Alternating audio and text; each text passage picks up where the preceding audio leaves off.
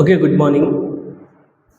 ఈరోజు వచ్చేసి భారత రాజ్యాంగానికి సంబంధించిన సిలబస్ ప్రకారంగా తీసుకుంటే గ్రూప్ 2 మెయిన్స్‌లో భాగంగా తీసుకుంటే లాస్ట్ క్లాస్‌లో వచ్చేసి మనం 6 యూనిట్ వచ్చేసి మన రాజ్యాంగానికి ఉన్నటువంటి స్వభావం గురించి తెలియజేసినాము. అలాంటి స్వభావంలో ఏ టాపిక్స్ ఉన్నాయనేది కూడా మనం చర్చించడం జరిగింది. ఇవాళ క్లాస్‌లో వచ్చేసి నెక్స్ట్ వచ్చేసి యూనిట్ 2 వచ్చేసి 7th యూనిట్ 7 యూనిట్ వచ్చేసి భారత ప్రభుత్వం యొక్క నిర్మాణం మరియు వాటి విధులు. భారత ప్రభుత్వం యొక్క నిర్మాణం, వాటి యొక్క విధుల గురించి తెలియజేస్తుంటుంది. అయితే మన రాజ్యాంగం యొక్క నిర్వచనం ఏంటి అంటే ప్రభుత్వం యొక్క నిర్మాణం, అది పనిచేసే విధానాన్ని తెలిపే నియమాల సముదాయమే రాజ్యాంగం అంటారు.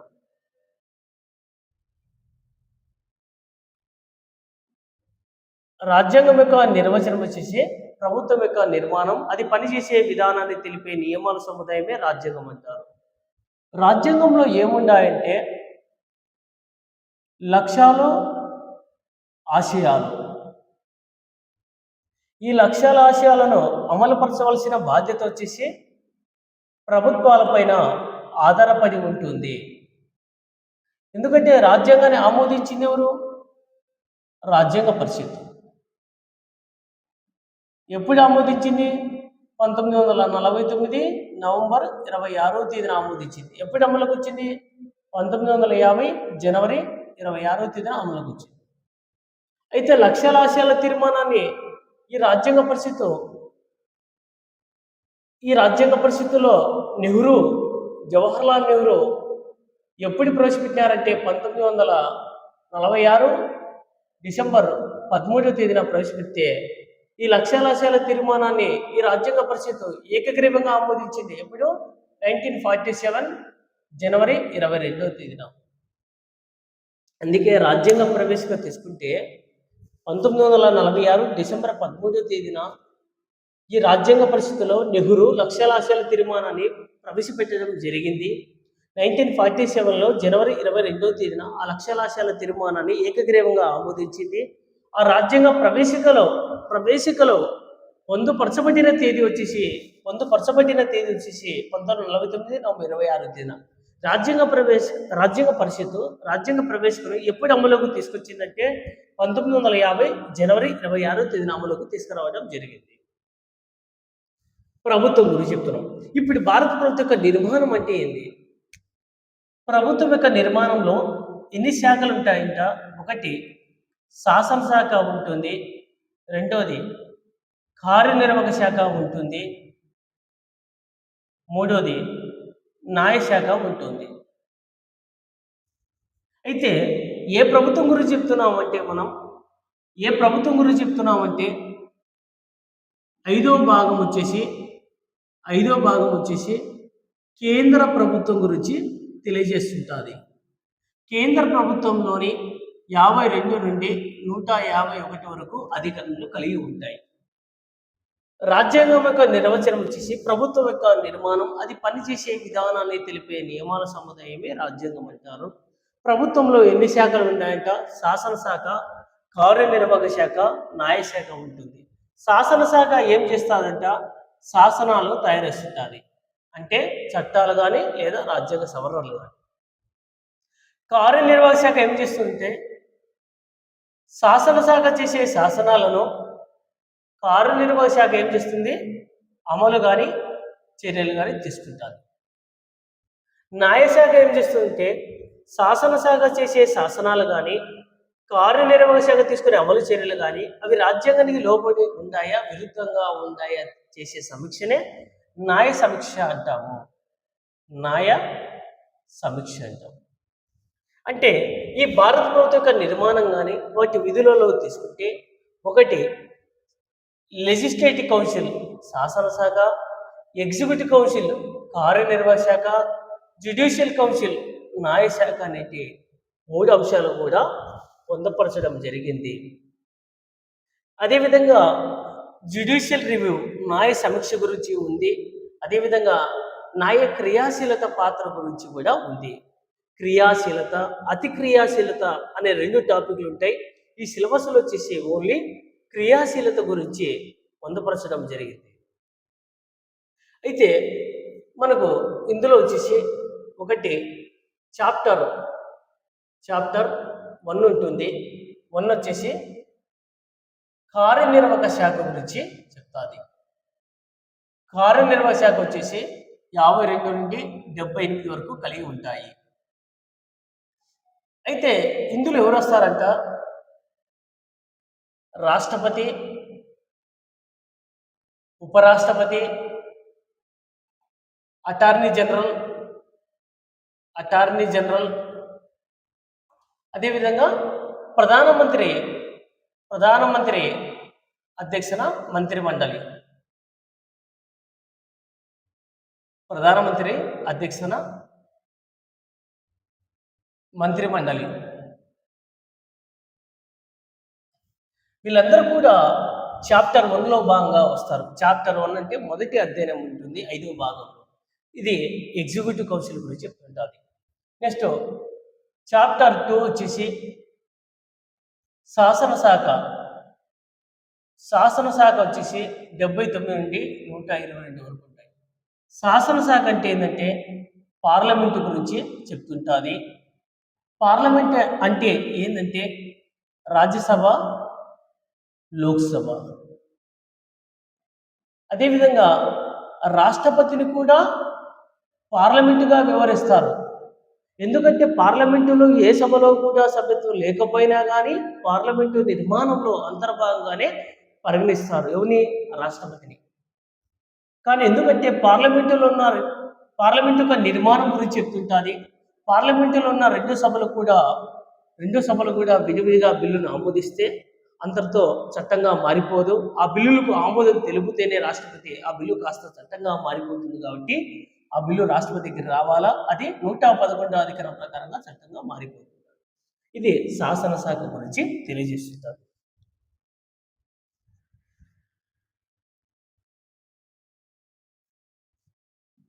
నెక్స్ట్ వచ్చేసి చాప్టర్ 3 వచ్చేసి ఒకవేళ పార్లమెంటులో సమావేశాలు లేవు, పార్లమెంటు సమావేశాలు లేనప్పుడే రాష్ట్రపతికి ఉన్నటువంటి శాసనాధికారమే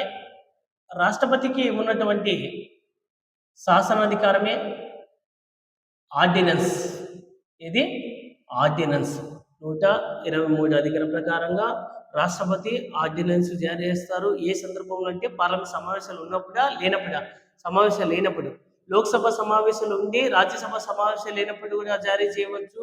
రాజ్యసభ సమావేశాలు ఉన్నప్పుడు లోక్సభ సమావేశాలు లేనప్పుడు కూడా జారీ చేయవచ్చు. ఇలాంటి సందర్భం మనకు వస్తుంటుంది. టాపిక్ ఉంది సార్ సపరేట్గా. రాష్ట్రపతికి ఉన్నటువంటి శాసనాధికారమే 123. నెక్స్ట్ చాప్టర్ 4 వచ్చేసి ఈ దేశంలో అత్యున్నతమైన న్యాయస్థానం వచ్చేసి సుప్రీంకోర్టు. ఇది వచ్చేసి 124 నుంచి 147 వరకు ఉంటాయి.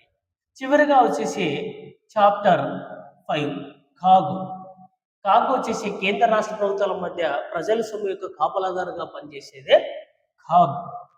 డాగ్ అంటారు కాగు. 148 నుండి 151 వరకు తెలియజేస్తుంటాయి. సేమ్ అదే జిరాక్స్. రాష్ట్ర ప్రభుత్వం ఆరో భాగం వచ్చేసి రాష్ట్ర ప్రభుత్వం గురించి తెలియజేస్తుంది. రాష్ట్ర ప్రభుత్వంలో వచ్చేసి 152 నుండి 237 వరకు తెలియజేస్తాయి. ఇందులో వచ్చేసి చాప్టర్ 1 వచ్చేసి జనరల్గా సాధారణ అంశం ఉంటుంది.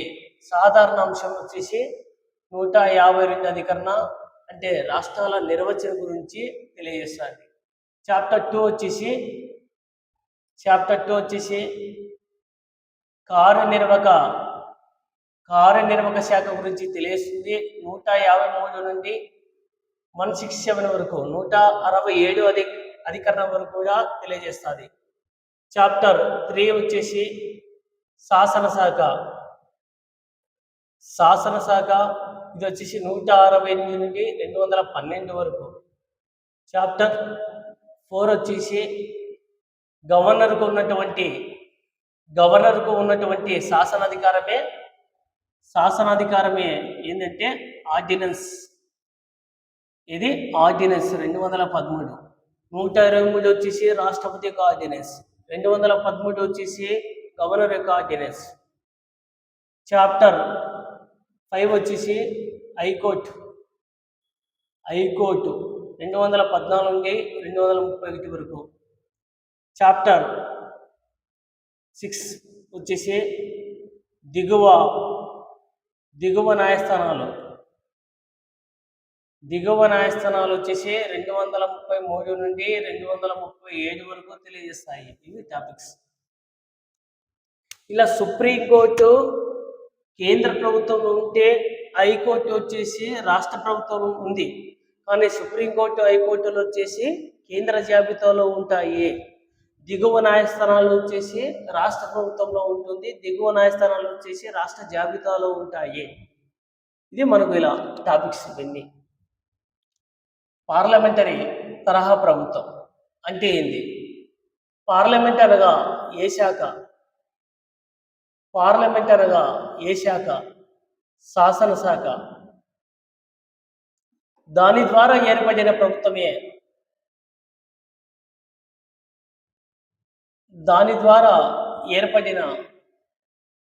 ప్రభుత్వమే కార్యనిర్వాహక శాఖ. ఈ కార్యనిర్వాహక శాఖ అనేది తిరిగి ఈ పార్లమెంటుకు సమిష్టి బాధ్యత వహించాలి.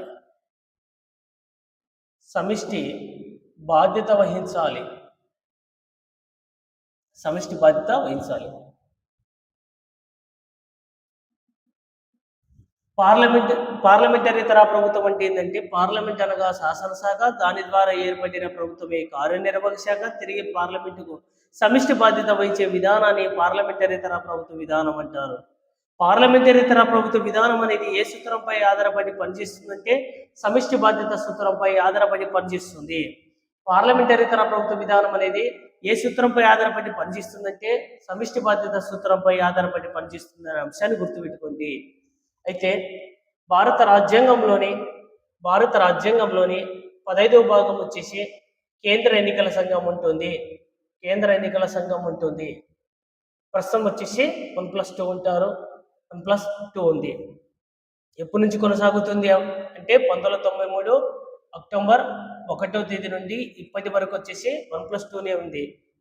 ఎన్నికల సంఘం 15వ భాగం వచ్చేసి 324 నుండి 329 వరకు ఉంటాయి. అయితే ఇందులో వచ్చేసి ప్రజలు వచ్చేసి 326 అధికరణ. 326 అధికరణ ఏం చెప్తుందంటే, సార్వత్రిక వయోజన ఓటక్కు. సార్వత్రిక వయోజన ఓటక్కు యొక్క వయో పరిమితి ఎంత ఉందంటే 21 సంవత్సరాల నుండి 18 సంవత్సరాలకు తగ్గించడం జరిగింది. 1989లో 61వ రాజ్యాంగాన్ని సవరించినాం. 61వ రాజ్యాంగ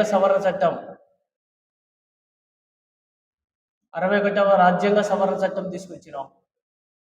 ఇప్పుడు 1989 సంవత్సరంలో 61వ రాజ్యాంగ సవరణ చట్టం ప్రకారంగా సార్వత్రిక వయోజన ఓటు హక్కు యొక్క వయో పరిమితి 21 సంవత్సరాల నుండి 18 సంవత్సరాలకు తగ్గించడం జరిగింది. అంటే 326 ఆర్టికల్కు సవరించడం జరిగింది. 326 ఆర్టికల్ అంటే ప్రజలు. అయితే ప్రజల ద్వారా ఎన్నుకోబడిన సభ వచ్చేసి లోక్సభ. లోక్ అంటే ఎవరు? ప్రజలకు ప్రాతినిధ్యం వహించే సభ ఇది లోక్సభ. ప్రజల ద్వారా ఎన్నుకోబడిన సభ ఇది లోక్సభ.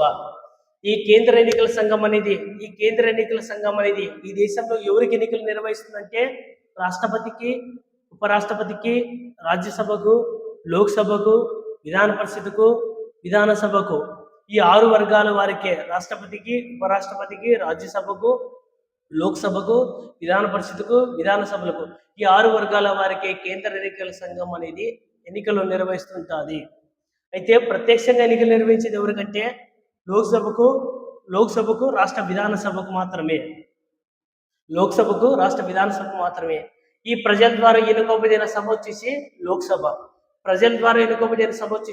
లోక్సభ. లోక్సభలో ఉన్న మొత్తం సభ్యుల సంఖ్య 543 మంది. 543 మంది ఉంటే అందులో వచ్చేసి రాష్ట్రాల నుండి వచ్చేసి 524 మంది, కేంద్ర పాలిత ప్రాంతాల నుండి 19 మంది, ఇద్దరు కలిపితే 543 మంది వస్తారు. ఒక ప్రభుత్వం అనేది ఏర్పాటు కావాలంటే ఏ సభ నుండి ఏర్పాటు కావాలి అంటే లోక్సభ నుండి ఏర్పాటు కావాలి. ఎందుకంటే ఒక ప్రభుత్వం అంటే ప్రధానమంత్రి అధ్యక్షున్న మంత్రి మండలి, అంటే కేంద్రంలో ఉన్న మంత్రి మండలి కూడా తన లైఫ్ అనేది కూడా ఎక్కడిపై ఆధారపడి ఉంటుందంటే తన జీవితకాలం అంటే కొంతకాలం వరకు అంటే లోక్సభ పైన ఆధారపడి ఉంటుంది. కేంద్రంలో మంత్రి మండలి అనేది తన లోక్సభలో విశ్వాసాన్ని చూపించుకోవాలా, తన మెజార్టీని నిరూపించుకోవాలా అని చెప్తుంటుంది ఎప్పటికప్పటికీ. ఒక ప్రభుత్వం ఏర్పాటు కావాలంటే ఏముండాలి, ఆ ప్రభుత్వం ఏర్పాటు కావాలంటే ఏం కావాలంటే చెప్తాను. ఒకటి అంగు పార్లమెంటు, రెండవది సంకీర్ణ ప్రభుత్వము.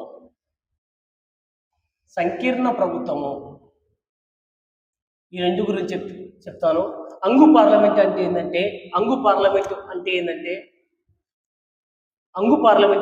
ఏంటంటే పార్లమెంటుకు జరిగిన సాధారణ ఎన్నికల్లో ఏ రాజకీయ పార్టీ కూడా సంపూర్ణ మెజారిటీ సాధించని సందర్భంలో ఏర్పడే పరిస్థితిని అంగు పార్లమెంట్ అంటారు. పార్లమెంటుకు జరిగిన సాధారణ ఎన్నికల్లో ఏ రాజకీయ పార్టీ కూడా సంపూర్ణ మెజారిటీ సాధించని సందర్భంలో ఏర్పడే పరిస్థితిని అంగు పార్లమెంట్ అంటారు. అంగు పార్లమెంట్ అనేది 1989 సంవత్సరంలో 9వ లోక్సభ స్టార్ట్ అయింది. నెక్స్ట్ సంకీర్ణ ప్రభుత్వం అంటే ఏంటంటే 2 లేదా అంతకన్నా ఎక్కువ పార్టీలు కలిసి ఓ ప్రభుత్వాన్ని ఏర్పాటు చేసుకుంటే దాన్ని సంకీర్ణ ప్రభుత్వం అంటారు. అటువంటి సంకీర్ణ ప్రభుత్వం అనేది 1977 సంవత్సరంలో మొరార్జీ దేశాయ్ జనతా ప్రభుత్వము.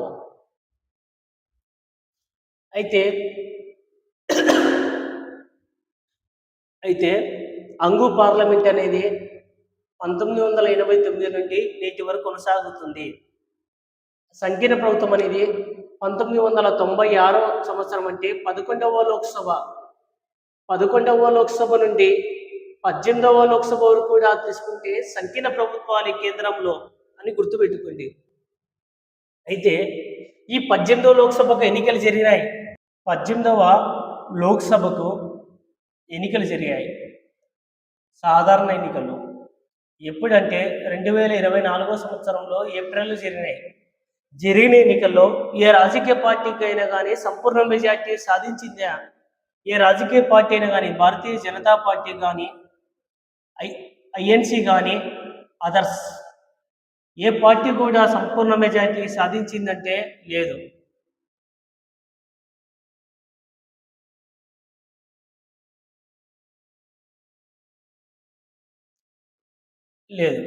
అంటే భారతీయ జనతా పార్టీ కానీ, భారత జాతీయ కాంగ్రెస్ కానీ, సిపిఐలో ఎం పార్టీ కానీ, ఇతర పార్టీలు కానీ ఏవైనా కానీ ఆ 18వ లోక్సభ ఎన్నికల్లో ఏ రాజకీయ పార్టీ కూడా సంపూర్ణ మెజార్టీ సాధించలేదు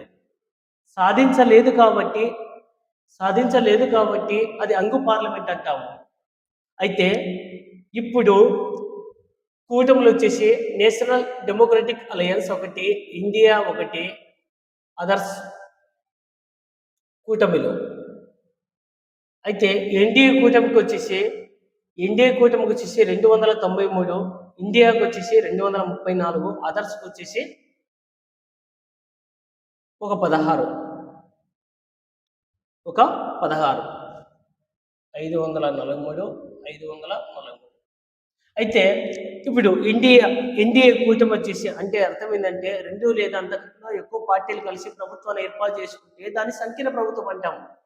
ఇప్పుడు ఇండియా కూటమిలో వచ్చేసి 293 స్థానాలు ఉన్నాయి, ఇండియా కూటమి వచ్చి 234 ఉన్నాయి, అదర్స్ వచ్చి 16 ఉన్నాయి.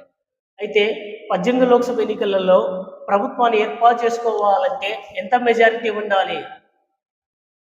ఎంత మెజారిటీ ఉండాలంటే 272 మెజారిటీ కలిగిన కూటమి వచ్చేసి ఎన్డీఏ కూటమి.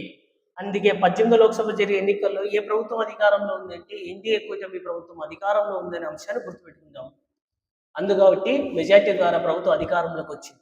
ప్రభుత్వం అధికారంలోకి వచ్చిన తర్వాత ప్రభుత్వం అధికారంలోకి వచ్చిన తర్వాత అయితే మంత్రిమండలి ఏర్పాటు చేసుకోవాలి. ప్రధానమంత్రి అధ్యక్షతన మంత్రిమండలి ఏర్పాటు చేసుకోవాలి. అందుకే 75(1) అధికరణ ప్రకారం ప్రధానమంత్రిని నియామకం చేసేది ఎవరంటే రాష్ట్రపతి. ప్రధానమంత్రి సలహా మేరకు ఇతర మంత్రులను కూడా నియామకం చేసేది ఎవరంటే రాష్ట్రపతి అని చెప్పేసి 75(1) అధికరణ ప్రకారంగా చెప్తారు. అయితే ఇప్పుడు మేము ప్రభుత్వం ఏర్పాటు చేసుకున్నాం. 293 మంది ఉన్నారు. ఈ 293 మంది కలిపి మేము మంత్రులు ఏర్పాటు చేస్తామంటే రాజ్యాంగం అలాంటి సదుపాయం అనేది కల్పించలేదు. ఎలాంటి సదుపాయం కల్పించిందంటే 2003 సంవత్సరంలో 91వ రాజ్యాంగాన్ని సవరించినాం. 91వ రాజ్యాంగాన్ని సవరించి ఈ కేంద్రంలో ఉన్న మంత్రిమండలి సభ్యుల సంఖ్య ఎంత ఉండాలంటే లోక్సభలోని పార్లమెంటులో కాదు, రాజ్యసభలో కాదు, లోక్సభ. ఎందుకు రాసినామంటే ప్రజల ద్వారా ఎన్నుకోబడిన సభ లోక్సభ కాబట్టి ఆ లోక్సభలోని మొత్తం సభ్యుల సంఖ్యలో మొత్తం సభ్యుల సంఖ్యలో 15% మించకుండా ఏర్పాటు చేయాలని చెప్పేసి నిబంధన 91వ రాజ్యాంగాన్ని సవరించి తీసుకురావడం జరిగింది. తీసుకొచ్చినాక 75లో క్లాస్ 1లో క్లాస్ ఏలో పొందపరచడం జరిగింది. 2003 91 రాజ్యాంగ సవరణ దేనికోసం? 75(1)(a) ఏం చెప్తుంది? కేంద్రంలో మంత్రిమండలి సభ్యుల సంఖ్య ఎంత ఉండాలి? లోక్సభలో మొత్తం సభ్యుల సంఖ్యలో 10% మించకుండా ఏర్పాటు చేసుకోండి. మీ ఎన్డీఏ కూటమి అనేది చెప్పేసి చెప్పడం జరిగింది. అది అంశం ఇంపార్టెంట్. అయితే ఈ ప్రభుత్వం అనేది మేము మంత్రులకు శాఖలు కూడా కేటాయించేసినాం, అయిపోయింది.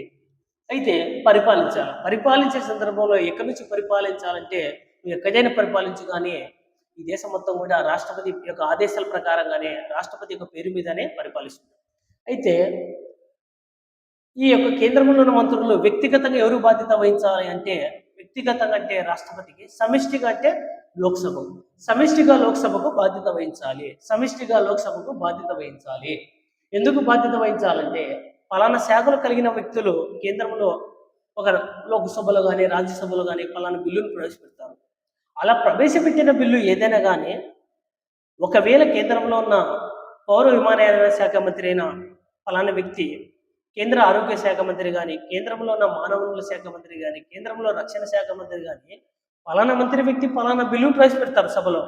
అలా ప్రవేశపెట్టినప్పుడు బిల్లు ఒకవేళ వీగిపోతే ఆ మంత్రి ప్రవేశపెట్టిన వ్యక్తి రాజీనామా చేయాలన్నా లేదా ప్రభుత్వం మొత్తం రాజీనామా చేయాలంటే ఆయన ఏం చెప్తారు? నేను కదా ప్రవేశపెట్టింది, నాకు ప్రతికూలంగా ఓట్లు ఉన్నాయి కదా, నేను ఒక్కనే రాజీనామా వేస్తా అంటే సరిపోదు. ఎందుకంటే ప్రభుత్వం మొత్తం రాజీనామా చేయాలి. ఎందుకంటే నువ్వు ప్రవేశపెట్టిన బిల్లు ఈ రాష్ట్రమే కాదు, ఈ దేశంలో ఉన్న 142 కోట్ల మంది కోసం నేను ప్రవేశపెట్టిన బిల్లు కాబట్టి ఒకవేళ వీగిపోతే ప్రభుత్వమే రాజీనామా చేయాలి, కానీ మంత్రి అవసరం, మొత్తం ప్రభుత్వమే రాజీనామా చేయాలి. ఎందుకంటే ఏ సూత్రంపై ఆధారపడి పనిచేస్తుంది? సమిష్టి అంటే ఏంది? మొత్తం అని అర్థము. అది పార్లమెంటరీతర ప్రభుత్వం అంటే ఏంటంటే పార్లమెంట్ అనగా శాసనశాఖ, దాని ద్వారా ఏర్పడే ప్రభుత్వం అనేది కార్యనిర్వహణ శాఖ, తిరిగి పార్లమెంటు సమిష్టి బాధ్యత వహించే విధానాన్ని పార్లమెంటరీతర ప్రభుత్వ విధానం అంటాం. పార్లమెంటులో ఉన్న దిగువ సభ లోక్సభ ఉంటుంది, లోక్సభ ఉంటుంది. ఆ లోక్సభ సభ్యులు ఎవరు ఎన్నుకుంటారంటే ప్రజలు ఎన్నుకుంటారు. ప్రజల ద్వారా ఎన్నుకోబడిన సభ లోక్సభ కాబట్టి ఆ లోక్సభ నుండి ఒక ప్రభుత్వం ఏర్పడుతుంది మెజార్టీ ద్వారా. ఆ ప్రభుత్వం తిరిగి లోక్సభకు సమిష్టి బాధ్యత వహిస్తుంది. కాబట్టి ఈ దేశంలో అంటే ఈ దేశంలోనే కాదు, ప్రపంచంలో అతిపెద్ద ప్రజాస్వామ్య దేశమే